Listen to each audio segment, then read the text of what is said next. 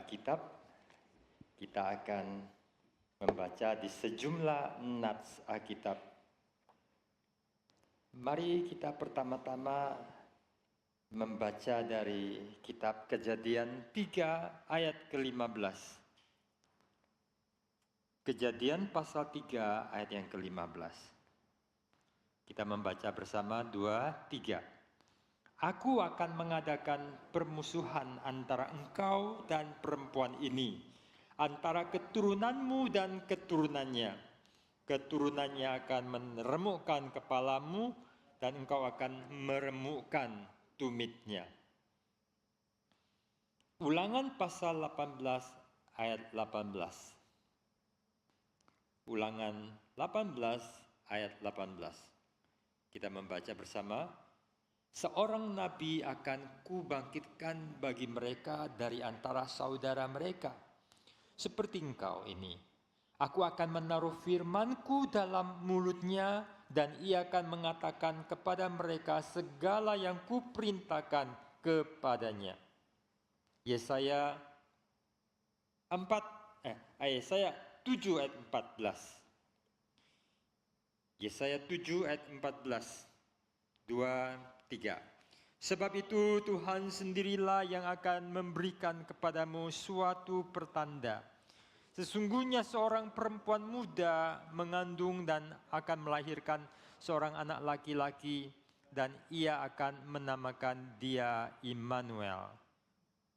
Yesaya 9 ayat ke-5. 2, 3. Sebab seorang anak telah lahir untuk kita, seorang putra telah diberikan untuk kita. Lambang pemerintahan ada di atas bahunya.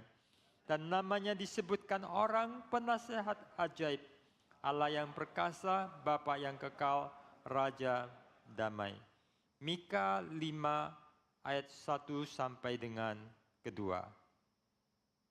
Mika 5 ayat 1 sampai dengan yang kedua. 2, 3. Tetapi engkau hai Bethlehem Efrata, hai yang terkecil di antara kaum-kaum Yehuda, daripadamu akan bangkit bagiku seorang yang akan memerintah Israel, yang permulaannya sudah sejak purbakala, sejak dahulu kala. Sebab itu ia akan membiarkan mereka sampai waktu perempuan yang akan melahirkan telah melahirkan. Lalu selebihnya dari saudara-saudaranya akan kembali kepada Israel. Kita membaca lagi satu bagian di dalam Galatia 4 ayat yang keempat.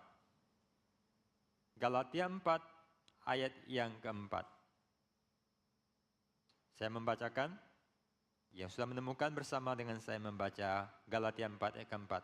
Tetapi setelah genap waktunya, maka Allah mengutus anaknya yang lahir dari seorang perempuan dan takluk kepada hukum Taurat.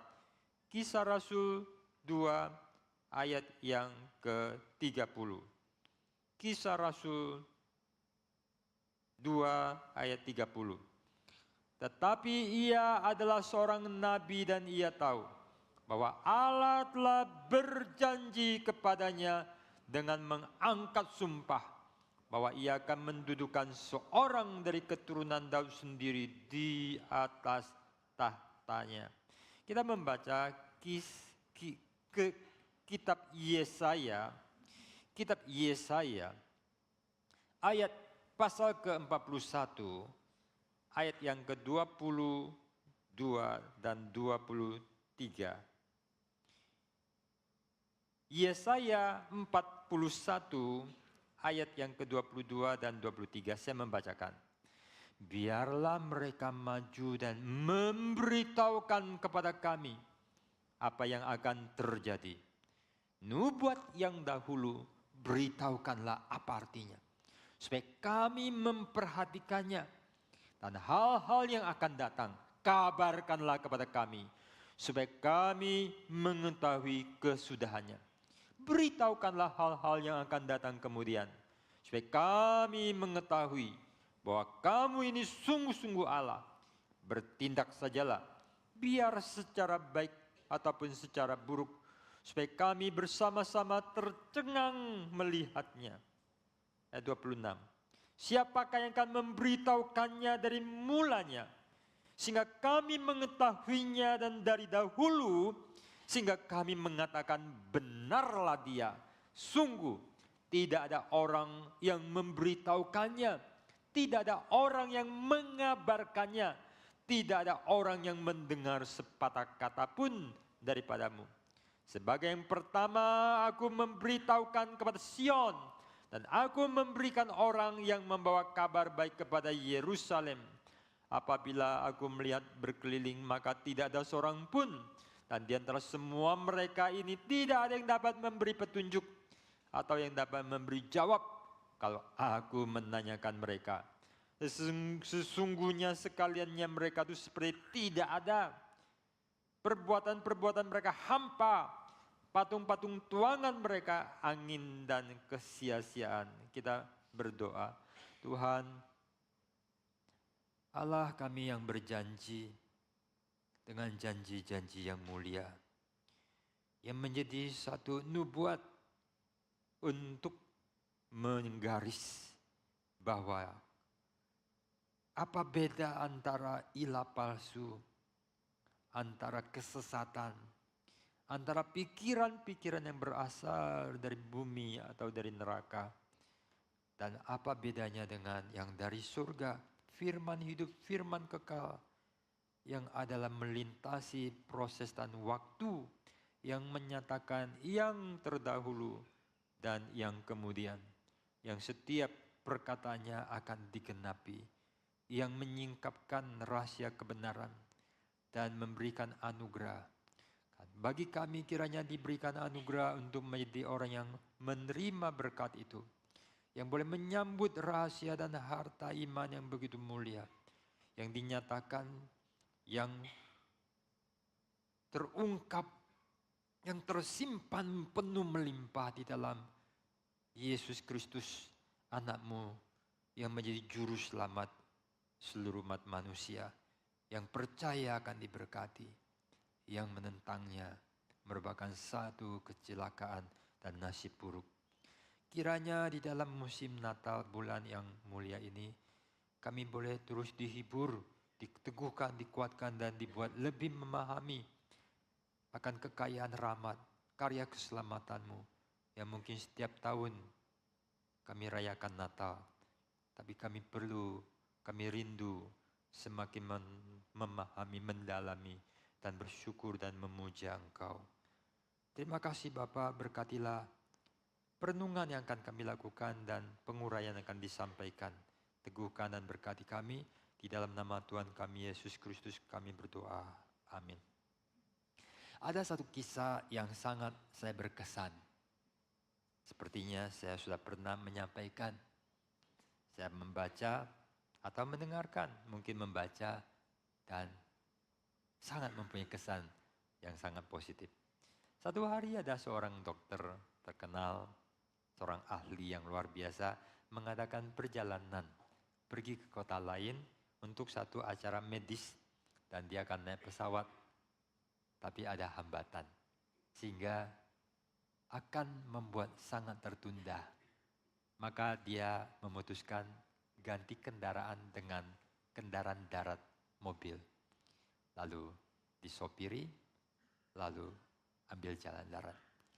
Hambatan bukan saja di airport, tapi juga di tengah jalan dan perjalanan, sehingga ketika ada kesulitan perjalanan yang bisa menghambat, carilah alternatif lain. Kalau kita Indonesia kadang itu pakai kata jalan tikus, lewat jalan-jalan yang tertentu. Tapi jalan demikian kadang itu sangat lancar, tidak ada gangguan, tidak ada traffic jam. Tapi kadang juga ada masalah lain, dan dia kena masalah lain. Ada hambatan juga di dalam perjalanan yang membuat ada kesulitan untuk maju. Mobil ada masalah di tempat yang agak sulit, lalu ketika sambil mobil dibenarkan, dia coba cari apakah ada rumah atau mungkin warung, ya, untuk dia mendapatkan minuman dan makanan. Dia berjalan dan mendapati ada satu buah rumah di satu daerah yang mirip pedesaan yang sepi. Dan syukurnya ada orang di dalam yang menyambut dia, memberikan apa yang dia butuhkan, makanan dan minuman. Tapi tidak perlu tunggu lama, dia kemudian menyadari tuan rumah keluarga ini nampaknya ada masalah. Ya. Rupanya mereka itu anggota keluarganya, kepala keluarga mereka itu ada satu sakit keras yang kondisinya berobat tidak ada penuntasan, tidak bisa diobati. Dan makin lama kondisinya makin merosot, dia coba berobat tapi berat. Yang bisa menangani cuma dokter ahli yang sangat hebat di tempat yang mahal. Ketika mereka coba, mereka harus angkat tangan. Apa daya? Mereka sayang, tidak ingin anggota keluarga meninggal, tapi tidak semua yang kita harapkan bisa terwujud dengan mudah. Mereka menjalankan hidup, hanya berdoa, harapan mungkin tipis. Waktu cerita-cerita demikian, lalu mereka saling kenal. Ternyata dokter ini juga dokter di bidang yang sama. Dan waktu mereka berkenalan nama, dokter inilah yang disebutkan, dokter ini yang mampu untuk menolong. Yang sulit terjangkau karena high class. Di rumah sakit yang sangat terkenal, super mahal, yang ngantrinya itu mesti jauh-jauh hari mesti ngantri. Tapi hari ini di depan, setelah mereka kenalan dan melihat anggota keluarga mereka, kepala keluarga mereka ada kebutuhan dan mereka sudah baik dan sudah disambut, maka dia janji menolong. Singkat cerita akhirnya ditolong. Keluarga ini tidak ada harapan. Mereka kurang mampu, mereka tidak bisa menjangkau high class, pergi ke tempat yang jauh. Tetapi hanya karena pimpinan Tuhan, belas kasihan Tuhan, Tuhan yang memimpin dokter ini datang ke rumahnya dan lancar. Semua antrian, semua biaya, semua bypass. Karena dokter ini yang telah mendapatkan keramahan, ya, hospitality-nya, menyambut dia, menolong. Maka sekarang gilirannya dia menolong. Puji Tuhan, akhirnya kepala keluarga ini bisa dioperasi dan bisa sembuh. Apa yang mereka harapkan sebagai sesuatu yang sudah tidak ada harapan, kondisi makin merosot dan mereka sudah siap akan meninggal. Tetapi terselamatkan. Hidup banyak orang itu di dalam kondisi yang kadang itu ada, kalau misalnya kita dapat sinse, terkilir yang tahunan itu sangat menyusahkan. Ada urat, ada saraf, ada apa yang membuat setiap hari itu menderita, sakit. Anak muda sama orang tua bedanya apa? Anak muda merasa hidup ini abadi, badan ini elastis, semua oke. Orang tua, kadang sebagian orang berpikir bagaimana saya bertahan, hati-hati makan, minum, dan gerak, supaya bertahan hidup. Kadang mereka itu harus mengukur kondisi ginjal, kondisi akan prostat, kondisi stadium berapa, bisa bertahan berapa lama. Mesti berhati-hati, minum apa segala macam. Itulah beda antara anak muda sama orang tua. Berapa tahun lagi harus seperti apa? Kalau mereka bisa mendapatkan ketemu Tuhan Yesus di jamaah. He touched me, yes he touched me and make me whole. Wah, bahagianya. Ya, tapi kita tidak hidup di zaman 2000 tahun yang lalu di tanah Palestina. Kita juga tidak ketemu dengan dokter-dokter yang kadang itu spesial. Kadang orang tuh melihat ahli-ahli shinsei chiropractic yang canggih. Nah, kita nggak usah bicara bahwa ada yang bahaya, ada yang berhasil, ada yang tidak berhasil. Lalu mereka itu ada yang 6 tahun sakit. Itu terbungkuk-bungkuk, tidak bisa ngapain, tidur juga susah. Dibawa lalu kemudian bisa pelan-pelan sembuh. Wah, kadang orang merindukan. Tidak semua orang bisa. Ada orang yang kan terus dengan sakit mereka. Berharap. Tapi harapan itu kayaknya tidak bisa dipenuhi. Betapa bahagianya keluarga ini. Yang hanya bisa doa, tapi doanya kayaknya harapannya itu susah. Berharap sesuatu yang sulit diharapkan. Dan tiap hari kondisi makin parah, makin merosot. Kematian hanya tunggu. Peti mati mungkin sudah dipesan. Tanah pun sudah disiapkan. Kalau ada apa-apa lebih lancar. Tapi semua berubah. Karena hari itu dokternya dikirim sama Tuhan. Tuhan pimpin, Tuhan menolong. Sehingga semua itu baik. Betapa diberkatinya. Kalau kita punya Tuhan yang memimpin. Memimpin hidup kadang di tengah kondisi yang kejepit. Tidak ada harapan, tidak ada lubang, tidak ada jalan lolos. Tapi Tuhan yang punya rencana yang baik. Di dalam kemahakuasaannya dan maha kasihnya. Dia memimpin, menolong sehingga rencananya yang baik bagi kita tergenapi. Dan hati kita itu begitu bahagia. Kita begitu lega. Kita mendapatkan satu yang luar biasa. Betapa bahagianya orang yang Tuhannya lah Allah yang kita kenal dalam Yesus Kristus. Amin. Betapa bahagianya bahwa kita memiliki Tuhan sebagai berkat terbesar. Sehingga turunan-turunan berkat. Berkat-berkat turunan itu tidak usah kita pusing. Kalau Bapak kita ala Jensen Huang. Siapa itu ya? Jensen Huang. Siapa ya? Ya, bos Nvidia. Wah, uang kita mah nggak usah dihitung, nggak usah mikir duit lagi. Itu udah habis dipakai. Ya. Kalau Bapak kita lah orang yang luar biasa bijak, berhasil. Dan bagaimana dia begitu baik, begitu limpah. Maka banyak hal kita tidak usah khawatir. Kita mempunyai Tuhan yang Allah, yang kita kenal di dalam Yesus Kristus. Betapa bahagia memiliki dia. Dan saya sedih jika banyak orang menjauh dari dia. Banyak orang tidak mengenal dia. Atau bahkan menyingkirkan dia. Atau tidak memberi tempat dalam hidupnya bagi kendalinya dia. Sehingga mereka mencari masalah, mencari kesusahan mereka sendiri. Dan ini yang saya lihat.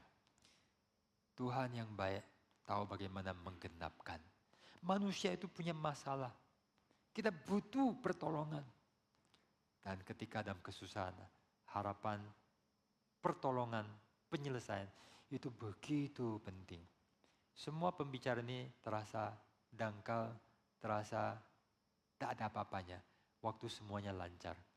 Tapi waktu kamu lagi susah, kamu lagi sakit, kamu lagi di penjara, kamu tersiksa, you lagi kepepet. Hidup itu setiap hari, nafas itu seperti bernafas dalam lumpur.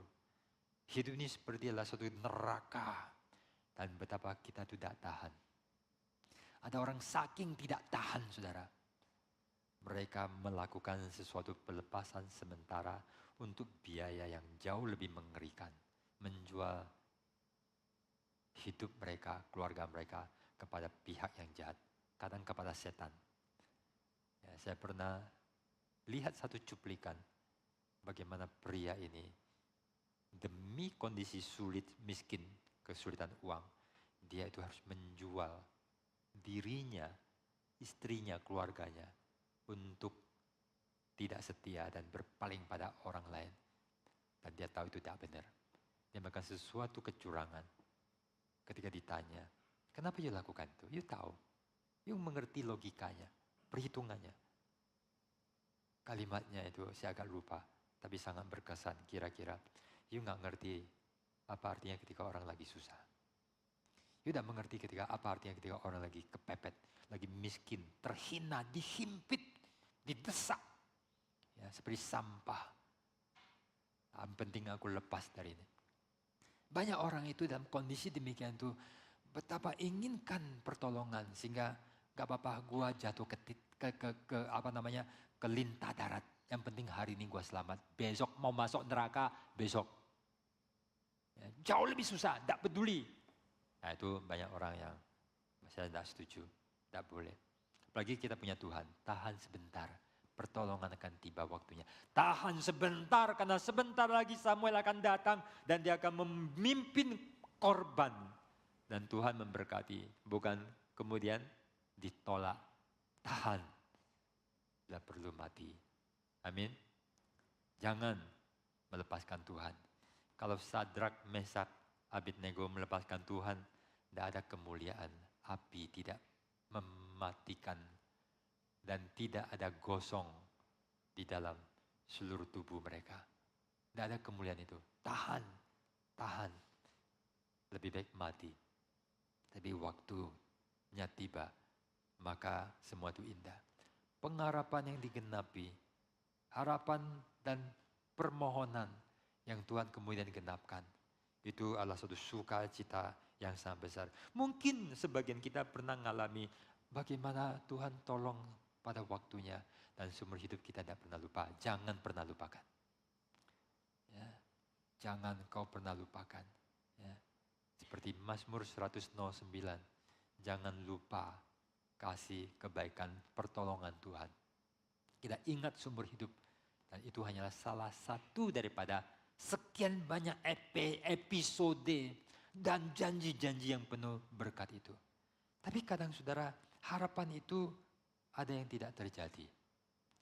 Dan apalagi jikalau harapan itu diberikan sebagai olok-olokan dan sesuatu yang menyakiti. Saya pernah cerita mungkin tahun lalu atau berapa tahun lalu, ketika orang-orang di camp konsentrasi yang sengsara dan tidak ada harapan. Satu saat,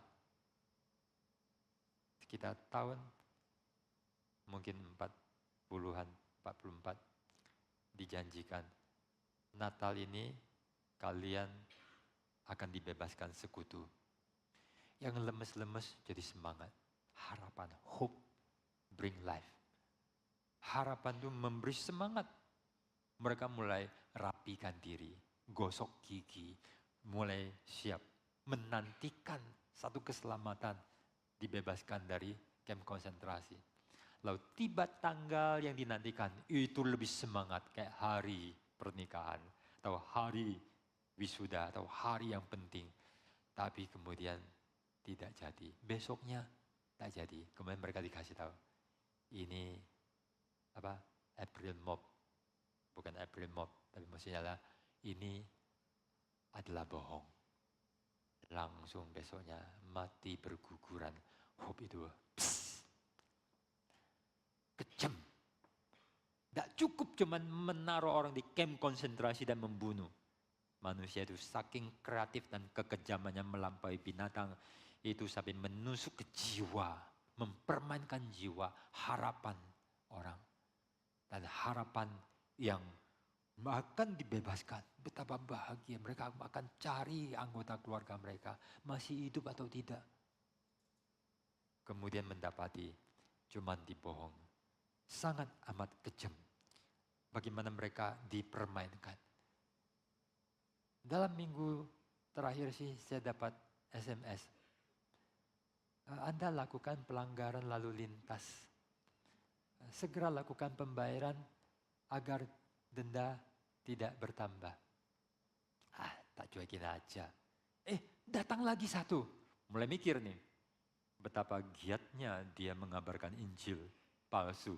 Ya, memberikan kabar untuk pertolongan, mengingatkan. Wah, kalau benar ya dia apa? Dendanya apa? Tapi ada satu yang biru-biru tuh, link. Tapi kan tidak boleh sembarangan klik kan? Saya tanya sama orang pintar, ya ChatGPT, ya Copilot, sama yang lain-lain. Ini nomor ini dikenal agak tidak jelas. Dan juga nggak boleh sembarangan privasinya orang. Lalu kemudian dia itu baik, dia bisa komunikasi. Ya. Coba kasih tahu kalimatnya apa, saya copy paste dan masukin. Wah ini kayaknya scam. Ya, karena ini kan berurusan sama kepolisian. Ini berkenaan dengan keuangan. Kalau polisi tidak pernah ngomong gini, ya, dia akan gini. Wah, lalu saya tahu, jadi saya cuekin. Kalau mau di follow up, ini akan diadukan kepada nomor telepon pengaduan. Tapi saya lagi sibuk Natal, gak follow up itu dan tidak penting. Yang penting aku udah tahu, tidak usah. Ada 2 motivasi yang menggerakkan kita. Segera besok harga naik.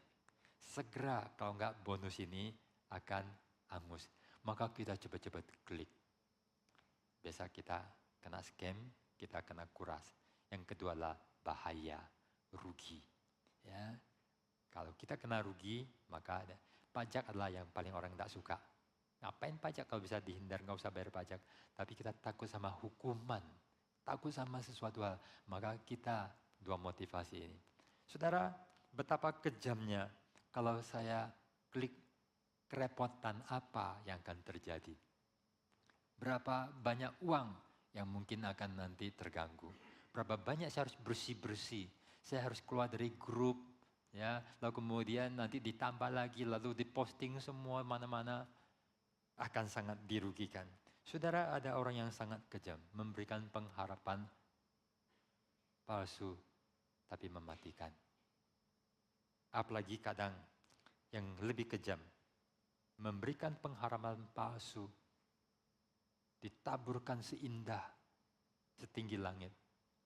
Menuntut totalitas hidup dedikasi Anda.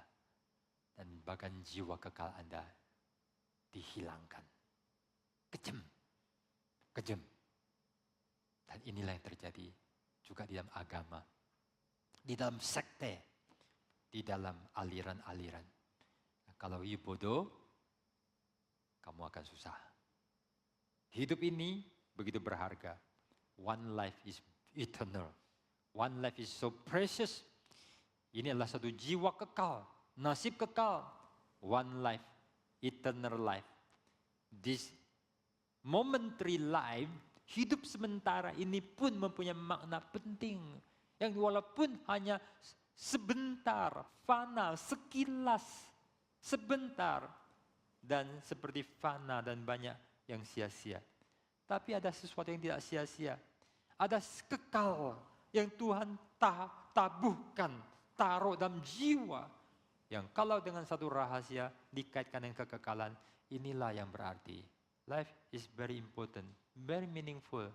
In this meaningless life, we find meaning dengan kait dengan kekekalan. Kalau tidak, di dalam kesementaraan ini, yuk menghanyutkan hidupmu dalam keabadian yang saya terus mikir, tapi belum terlalu dalam. Apa artinya ketika orang di dalam kebinasan kekal? What is that? Pergilah cari orang yang paling menderita, tanya mereka apa arti penderitaan. Kalikan dengan kekekalan yang tak bisa dikali. Kesusahannya dibandingkan nanti, biarlah kamu takut, angst, gentar, galau, despair. Yang bahkan membuat semuanya jadi begitu gundah gulana. Pengharapan yang palsu. Yang janji-janji. Kebenaran, hidup kekal, berkat. Tapi semua menuntut total hidup kita. Karya kita, tenaga kita, waktu kita, bakat kita. Dan disia-siakan.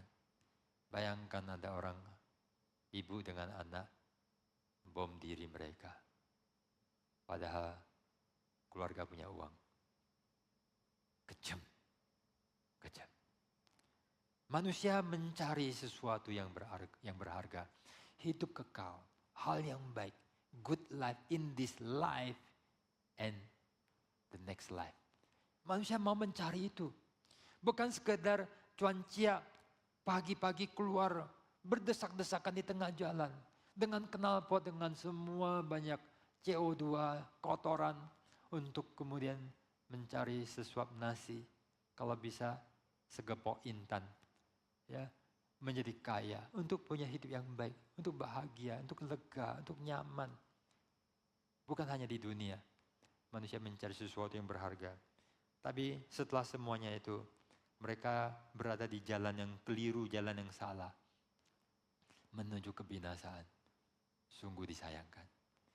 Kita bersyukur bahwa manusia yang punya masalah, Tuhan tidak abaikan. Dan Tuhan tahu apa yang kita butuhkan. Saya punya satu prinsip, nobody really love himself. God love me more than I love myself. Kita bahkan tidak tahu cara mengasihi diri kita. Manusia berdosa itu bodoh dan sinting. Dia bahkan tidak tahu. Dia yang sangat egois, selfish, sangat mementingkan diri. Pun tidak tahu mencintai diri. Yang bisa sering dilakukan adalah memuaskan diri. Dengan semua pikiran, ketidakbenaran, kesesatan, tipuan. Sehingga dia mengejar apa yang akan membunuh dia. Menyia-nyiakan semua hal yang berharga. Itulah sebabnya dikatakan, you will know the truth and the truth will set you free. Saya paling ngeri sama orang yang tidak punya kebenaran, tidak punya bijaksana. Kalau you orang tua dan bijaksana lihat orang-orang yang bodoh, mereka sedang kemana? Ada jalan tol belum selesai, ujungnya lacak tuh. Lalu ada orang tidak tahu, ngebut. Dan dia merasa bangga. Kamu lihat ngeri, bodoh. Orang yang melakukan sesuatu yang membanggakan dosa, kebodohan. Ya, wajah-wajah bodoh. Dan orang melihatnya secara berbeda. Maka kadang di depan orang yang bijak, orang tua yang bijak, takut mereka bisa membaca. Jangan sampai kebodohan. Tuhan melihat dari surga banyak kebodohan. Dan Tuhan mengatakan, the truth will set you free. Ya. Tuhan datang memberikan sesuatu apa yang sangat berguna. Bahkan kita tidak tahu. Ya. Kita bahkan tidak tahu bagaimana mengasihi diri. Kita tidak tahu mengasihi diri, kita tidak mengasihi diri. Kita bahkan membenci diri. Manusia itu kadang itu membenci diri, merusak diri. Tapi Tuhan tahu apa yang terbaik. Adam dan Hawa ambil buah supaya naik pangkat, menjadi seperti Allah. Tidak tahu bahwa dia menjadi less than animal. Jarang ada binatang itu mempermainkan mangsa. Tapi Nazi Jerman itu orang di dalam camp konsentrasi belum puas. Masih mencabik-cabik pengharapan manusia. Masih menghina. Ada orang itu ya, selain membunuh orang-orang besar, ada satu bayi. Itu ciluk ba. Waktu dia ditar. Cerita gini itu sangat menyakiti hati nurani kemanusiaan kita. Anak kecil itu tidak cukup hanya dibuang. Tapi dibuat ketawa lucu. Lalu dibunuh. Kreatif, kejamnya manusia itu. Sampai kelewatan. Sudah menjadi kayak setan. Manusia begitu kejam tuh sampai tidak puas kalau orang itu cuma mati. Aku akan membuat dia menderita. Membuat dia tersiksa. Maka ada berbagai macam cara hukuman mati yang tidak bisa seenaknya. Harus berhari-hari, tidak bisa mati. Menderita, terhinakan. Salah satunya adalah disalib. Salah yang lain adalah 4 ekor kuda, ikat kaki, tangan, 4 arah. Terpacu, robek. Bayangkan. Kalau zaman sekarang tidak boleh. Karena human right, orang kalau dihukum mati, jangan hukum mati, jangan hukum mati. Kalau hukum mati pun harus cara yang manusiawi. Cara yang terhormat. Itulah di depan orang. Tapi di belakangnya kekejaman nyata-nyata.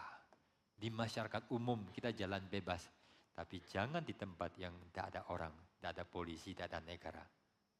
Manusia akan keluarkan aslinya, kepuasannya ketika chaos Tak ada negara waktu zaman ketika seperti 98, krisis 98, chaos. Orang berbuat dosa dengan tak malu-malu. Orang memperkosa dengan tak malu-malu. Orang melakukan bagaimana, susah saya ngomong, tak mau ngomong. Kekejaman yang dilakukan terhadap mangsa. Dan bagaimana itu dilakukan di depan anggota keluarga. Saya nggak bisa ngomong, terlalu sulit saya ngomong. Kekejaman manusia menjadi luar biasa. Manusia mau menjadi seperti Allah, jatuhnya tak karuan. Tapi Tuhan itu baik. Tuhan janji, aku akan fix apa yang you rusak. Kamu ludahi aku tetap peluk kamu. You menendang aku tetap mencari kamu. Itulah Tuhan. Kadang kita bergumul antara bagaimana merespon pada orang yang menyakiti. Kita bisa reaktif, kita bisa dengan Injil dan anugerah tetap mengasihi, mengampuni, berbuat baik, mendoakan bagi orang yang menganiaya kamu. Tuhan seperti itu. Dan Tuhan mengatakan, kamu ikat sekutu dengan setan, aku akan putuskan. You lepaskan sekutu dengan aku, tidak mau jadi anakku, aku akan janji membawa kamu kembali. Cinta sebelah tangan akan dia jadikan dua, bertepuk tangan dengan satu ikatan yang akan dia buat. Itulah salib yang membawa kita kembali kepada Tuhan. Hati yang tidak pernah, hati manusia selalu lari dari Tuhan. Coba waktu orang lagi jatuh cinta, tidak bisa lupa sama sang kekasih. Tapi kita selalu melupakan Tuhan. Kita selalu lupakan Tuhan. Hati manusia selalu tidak ada sama Tuhan. Kita hanya butuh Tuhan waktu mau. Waktu kita mau memanipulasi Tuhan. Waktu kita mau memakai Tuhan. Kita kurang ajar. Hati manusia tidak pernah jujur. Kenapa perlu ini? Karena kita harus dijadikan baru. Ciptaan baru. Diperbaharui. Total new creation. Sifat ilahi. Dan itu bukan natur kita. Kita itu jelek. Kita itu bawaan jelek. Saya kalau manusia ada yang berbuat buruk, bagi saya wajar. Wajarnya manusia berdosa. Tetapi kita orang Kristen diberikan yang kata Agustinus, yaitu kita orang berdosa yang telah ditebus. Ada kemungkinan berbuat baik berat. Tetapi kalau roh Tuhan memimpin, kita akan pelan-pelan naik, terus diperbaharui. Kekuatan yang di atas atau yang di bawah. Yang menarik kita ke bawah, merosot atau ke atas, dimuliakan. Tuhan berjanji, keturunan perempuan ini akan meremukkan kepala ular. Dan si ular akan meremukkan kaki si satu keturunan. Perempuan dan ular berlawanan. Keturunannya dan keturunan. Tapi ada satu yang paling penting. Dua tokoh yang bahkan lebih penting daripada sang leluhur manusiawi. Lebih penting dari Hawa. Itu satu keturunan Hawa. Itu lawan daripada si ular. Jadi inilah intinya. Itulah Kristus dan iblis. Dan keturunan inilah juru selamat. Tuhan menjanjikan. Dan ini dinantikan. Tapi yang dinantikan tidak selalu dilihat indah. Karena ada mendapati pembunuhan, kerusakan, tambah, sampai air bah. Tuhan janji pelangi, Tuhan janji berkat. Sampai nanti di masa Abraham, Tuhan berjanji untuk seorang keturunan akan membawa berkat bagi seluruh umat manusia. Ada janji tanah Israel, ada janji satu nama besar. Tapi ada satu yang bagi kita sangat penting, yaitu satu keturunan itu, yaitu Mesias akan lahir. Dan inilah yang dinantikan Abraham, dan kata Tuhan Yesus, Abraham bersukacita melihat hariku. Inilah yang orang suci itu harapkan, nantikan. Janji dari Tuhan. Sebagai pengharapan ketika orang yang di tengah-tengah kamp konsentrasi, pelepasan kapan datang? Ketika orang lagi sakit, orang lagi sengsara, orang lagi teraniaya, yang setiap detik itu adalah derita yang tak terperi. Kapan kelepasan itu tiba? Kelepasan itu adalah Yesus bagi semua problem manusia. Dan ini terus berlangsung, belum segera datang pada waktu itu. Ishak bukan, Yakub bukan. Sampai pada masa Musa, Tuhan memakai dia. Di dalam kitab Ulangan, seorang hamba Tuhan yang melaluinya 10 mujizat yang begitu dahsyat. Laut Merah yang terbelah. Dari mana-mana tinggal pungut ada mana. Dari cadas keluar air lebih bagus daripada semua merek. Mau Aqua, mau Cleo, mau mereknya Singapura, mau merek luar negeri yang lebih bagus. Dari sana keluarlah air yang dari Tuhan, air mujizat. Yang mereka minum, ada begitu banyak mujizat, pertolongan Tuhan. Sampai dalam peperangan, matahari berhenti. Tetapi mendapati, tak cukup. Umat yang melihat mujizat, tidak bisa masuk Kanaan.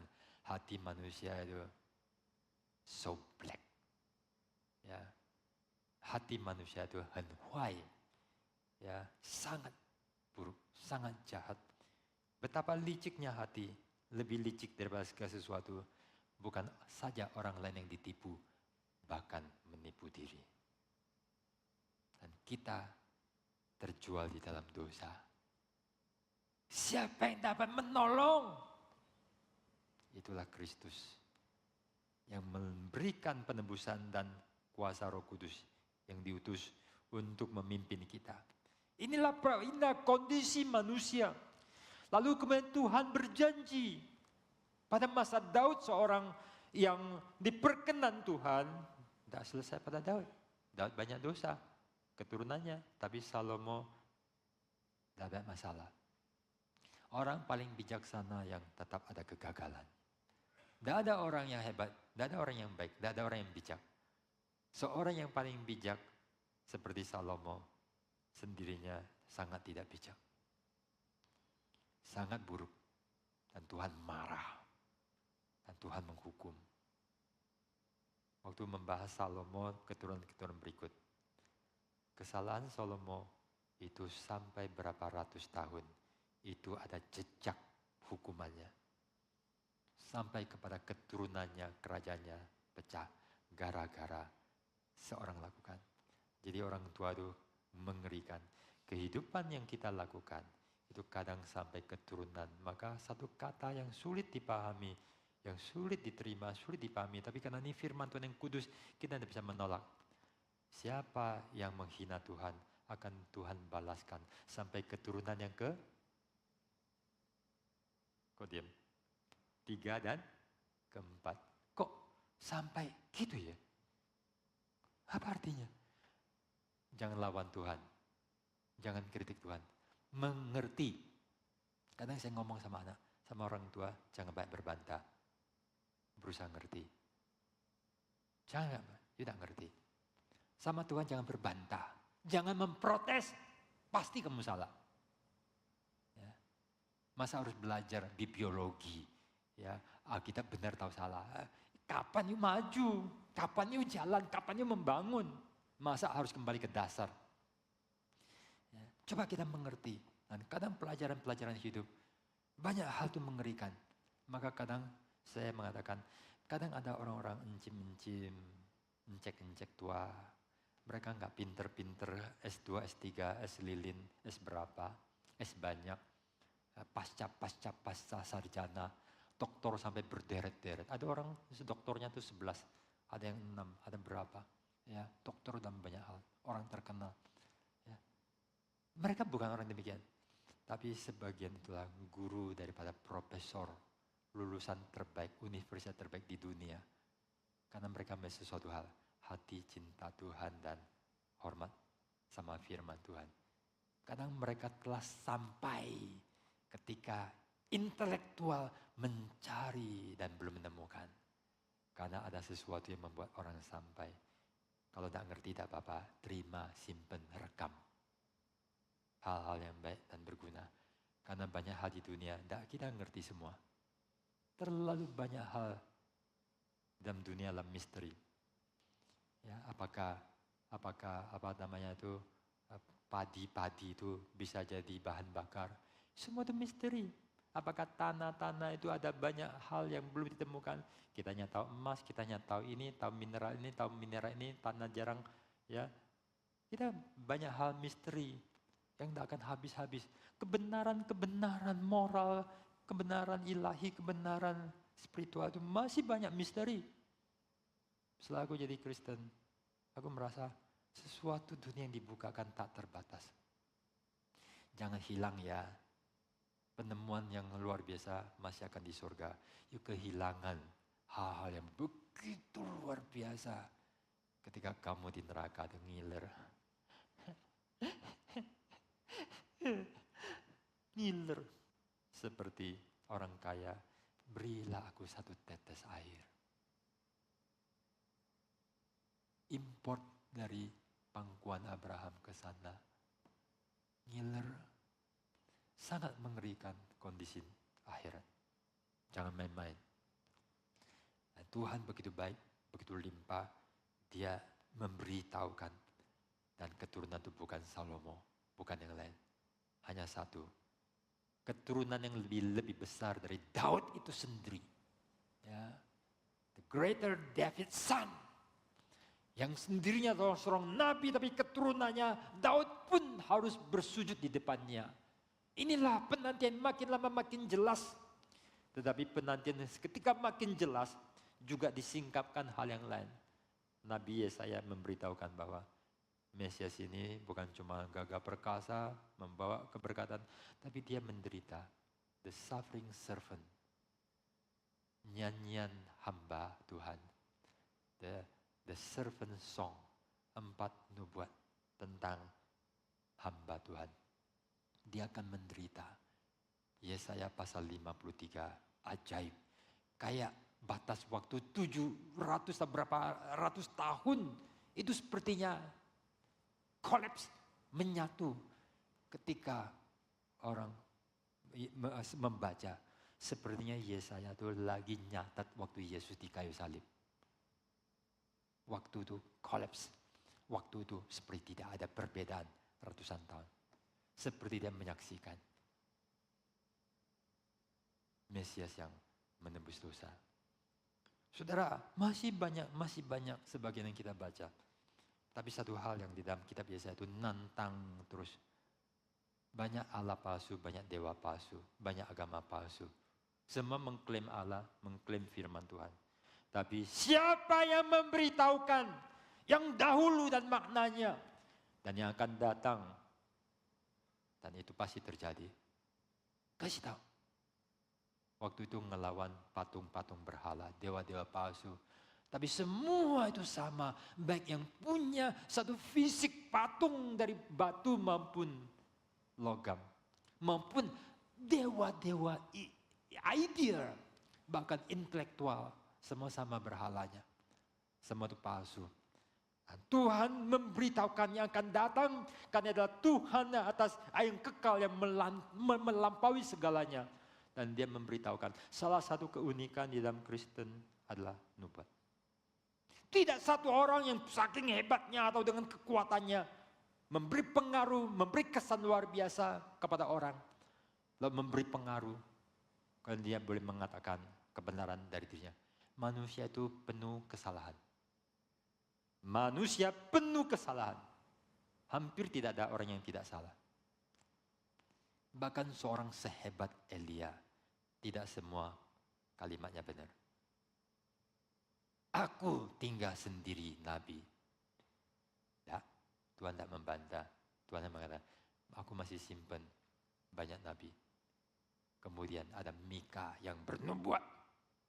Perkataannya jadi. Aku akan mati dibunuh. Tuhan menjawab perkataan Elia. Kamu tidak akan pernah dikubur.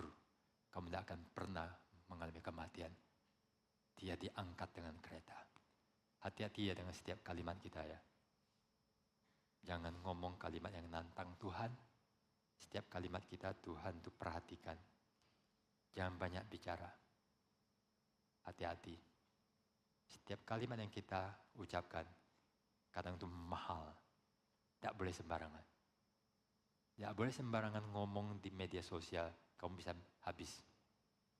Ya, kamu bisa kamu bisa dikejar, kamu bisa bunuh diri, kamu bisa habis. Jangan sembarangan sama orang.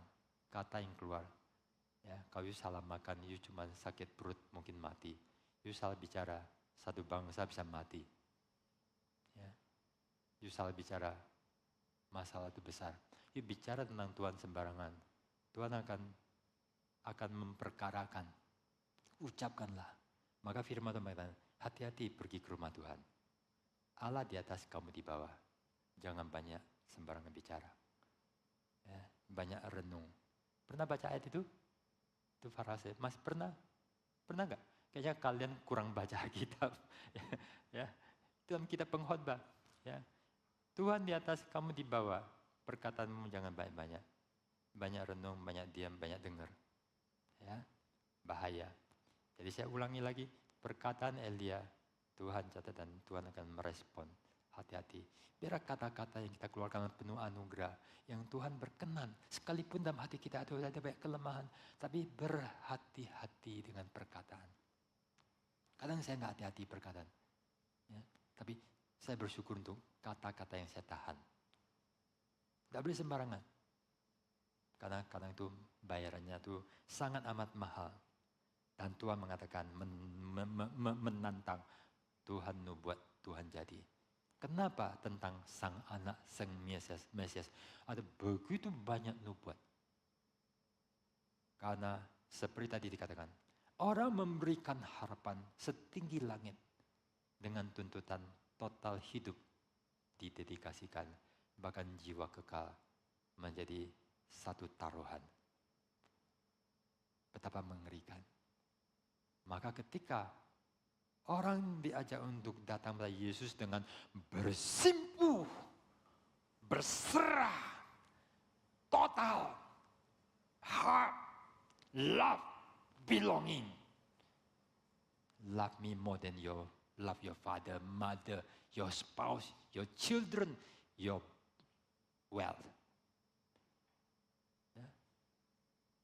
Minggu depan kita akan ada baptisan. Kadang kita ajak orang untuk baptis. Tantangan-tantangan dikit, kadang orang kesulitan. Sesungguhnya ikut Tuhan adalah kita dituntut seperti apa yang dikatakan oleh Bonhoeffer. When Christ calls a man, he bids him come and die. Ketika Tuhan memanggil seseorang untuk ikut dia, dia memanggil orang untuk come and die. Dan dia layak mengucapkan itu. Yesus tidak memakai pedang ngancam orang. Never. Yesus memberikan dirinya mati di kayu salib. Ini aku telah lakukan. Give your life to me. Give your love to me.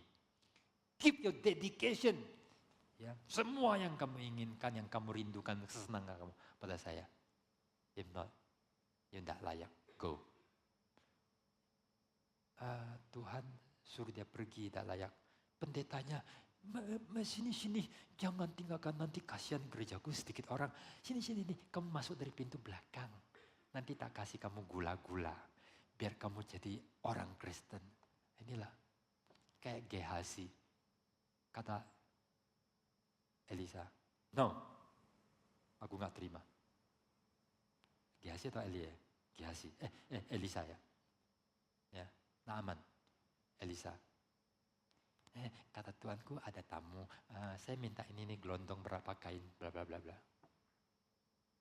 Gehazi, kamu kemana? Rohku menyertai engkau. Kustanya sekarang menjadi milikmu. Dan dia kusta seumur hidup. Ya. Kadang pendeta juga sulit. Kita harus melayani, kadang harus tanda kutip kompromi, harus tidak bisa terlalu ketat. John Calvin terlalu ketat dan dia dipecat 2 tahun melayani, dipecat. Ya. Tapi karena kondisi sulit diundang balik. Dia sakit hati tapi terima. Ya, seorang sehebat John Calvin pernah dipecat, pernah kayak gagal, ya, pernah seperti dibuang. Ya. Tuhan memberikan nubuat untuk memberitahu.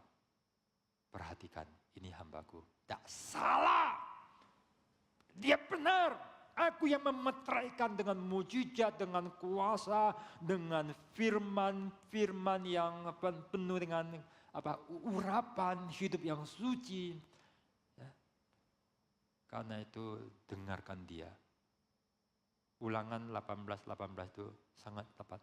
Yang tidak mau dengarkan dia, kepadanya aku tuntut pertanggungjawaban. Ya. Dan kata Tuhan Yesus, setiap firman yang kuucapkan itu akan jadi hakim kamu. You nolak saya, aku gak mau marah-marah. Tapi firmanku tak main-main. Siapa yang melawan Roh Kudus, menghujat Roh Kudus, yang telah diterangi tetap menolak Yesus, maka bagimu tidak ada ampun.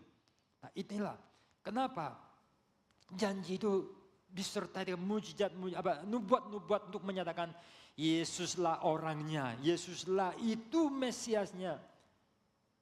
Jangan kamu keliru. Ya. Ibrani pasal 2, kalau waktu hukum Taurat diberikan, siapa yang tak taat mati, dan hari itu mati 3.000 orang. Betapa lebih dahsyat kalau ada yang menolak dan menginjak-injak anak Allah. Dia lebih agung, dia lebih mulia. Kelahirannya, kedatangannya adalah penggenapan dari janji ilahi yang sudah lama dinantikan. Orang merindukan kelepasan Israel. Ya, ya datanglah Immanuel, merindu kamu Israel. Kelam kabut nutup dunia, yang putus asa rupanya. Girang hai Israel, kan datanglah Immanuel. Kita harus belajar seni mengapresiasi. Kita harus bisa membaca sesuatu yang tak terlihat, bahasa jiwa. Kedalaman-kedalaman yang sering menjadi kanvas dan sarana Tuhan berbicara kepada jiwa. Kita tidak boleh rendah seperti binatang yang tidak berakal. Manusia memiliki suatu keterbatasan seni, sesuatu yang sangat besar. Ingat ya, Allah kita besar, Allah kita itu indah, Allah kita itu kaya, Allah kita itu tak terbatas, Allah itu penuh hikmat. Kita akan menikmati sesuatu kekekalan yang penuh kekayaan dengan sesuatu surprise yang tak henti-hentinya. Kita akan penuh sukacita yang tak bertepi, tak terhingga. Dan kalau kita masih goblok-goblok, taunya cuma cari daging ayam, cari sesuatu yang kecil-kecil. Kita orang remeh, kurang cocok mengikuti Tuhan. Nah, Tuhan kasih kita berkat besar berbungkus dengan duri. Kita marah-marah sama Tuhan pada durinya untuk mengeluarkan nanah kita. Tuhan tidak pernah salah, Tuhan maha bijak. Tuhan penuh dengan anugerah. Ikut Tuhan paling baik. Maka kadang tidak dibutuhkan orang pintar. Kepintaran justru kadang menghalangi. Yang dibutuhkanlah hati yang benar, hati yang peka, hati yang tulus, hati yang rendah. Itu yang kita butuhkan. Sehingga kita tidak menolak Dia. Janji telah diberikan, sekarang telah digenapi. 2000 tahun yang lalu Allah telah menggenapi janji yang Ia sampaikan berabad-abad untuk memberikan seorang juru selamat satu-satunya bagi umat manusia. Dan juru selamat itu sudah datang, Dia sudah lahir, Dia sudah melayani secara tuntas sampai puncaknya menyerahkan dirinya mati sebagai korban penebus dosa yang mendatangkan penembusan, pendamaian agar kita diterima kembali sebagai anak-anak Allah dalam kondisi sebagai manusia baru yang diciptakan secara rohani di dalam Kristus agar kita dalam kebaruan hidup baru ini terus diproses dalam rupa Kristus dan dipersiapkan untuk menjadi pelaku pekerjaan baik. Tuhan menggarap sesuatu yang indah terjadi, keselamatan yang mulia, bukan hanya janji masuk ke dalam rumah yang mulia indah, tapi dalamnya adalah bonyok, bosok, jahat, dan penuh dengan cemar dan penuh penyakit dan penuh derita. Tuhan memberikan satu keselamatan yang begitu sempurna. Kita hidup dalam dunia yang cemar. Kita bisa dibuat cemar karena dunia akan menarik kita merosot di dalam kedagingan, hidup dalam nafsu. Tapi kita telah diberikan seorang penebus yang penuh kuasa. Penuh kuasa yang berkuasa melepaskan kita dari perbudakan dosa, dari belenggu iblis. Kita adalah kaum beriman, keturunan Abraham, yang hidup bukan berdasarkan prinsip duniawi, tapi hidup berdasarkan prinsip iman. Ketika kita secara konsekuen menerapkan iman dalam hidupan kita, maka hidup Kristus akan dihidupkan dalam hidup kita. Ketika kita hidup berdasarkan iman, semakin menanggalkan manusia duniawi hidup lama dan mengenakan manusia baru. Setiap umat yang baru yang diciptakan keturunan daripada Adam kedua, kiranya semua janji berkat Tuhan digenapi dalam diri kita. Tuhan telah berjanji dan janji itu sudah digenapi 2000 tahun yang lalu. Janji Tuhan yang telah digenapi 2000 tahun yang lalu, Tuhan mau menggenapi dalam hidup kita pribadi-pribadi. Siapakah yang diberkati? Siapakah yang akan hanya gigit jari melihat ada yang masuk ke Kanaan, yang lain terkubur di padang gurun karena kedegilan. Kiranya kita lah golongan orang yang diberkati. Mari kita masuk di dalam doa.